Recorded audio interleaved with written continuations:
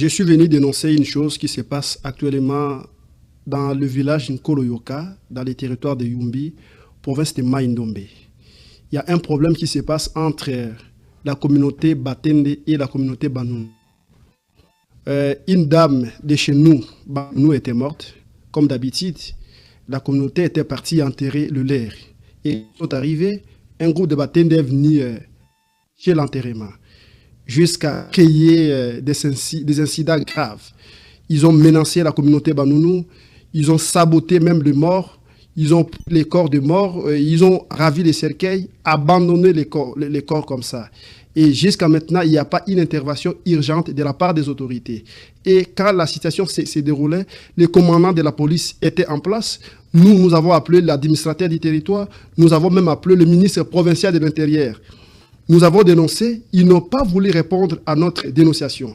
Et là, la population est en fuite, les autres sont en train de traverser le fleuve, et il y a aussi le vague, il y a maintenant, les gens sont en train de chavirer, et là, il n'y a pas une intervention.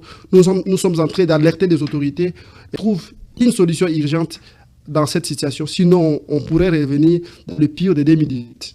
La provocation émane de la communauté Tende, parce que nous sommes venus enterrer dans notre cimetière ancestral.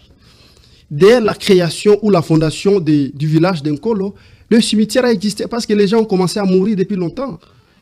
Quand nous sommes allés enterrer la personne, c'est eux qui sont venus nous menacer avec une dame. Et ils ont fermé seulement, ils ont représenté une dame au nom de Francine Bouanga.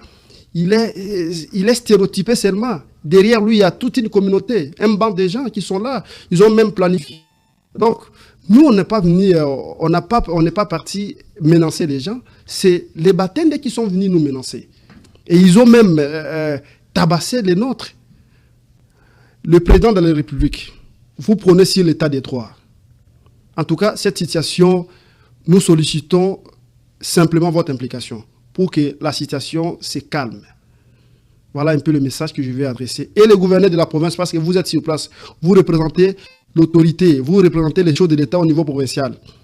Trouvez une solution urgente dans le village d'Nkoloyoka.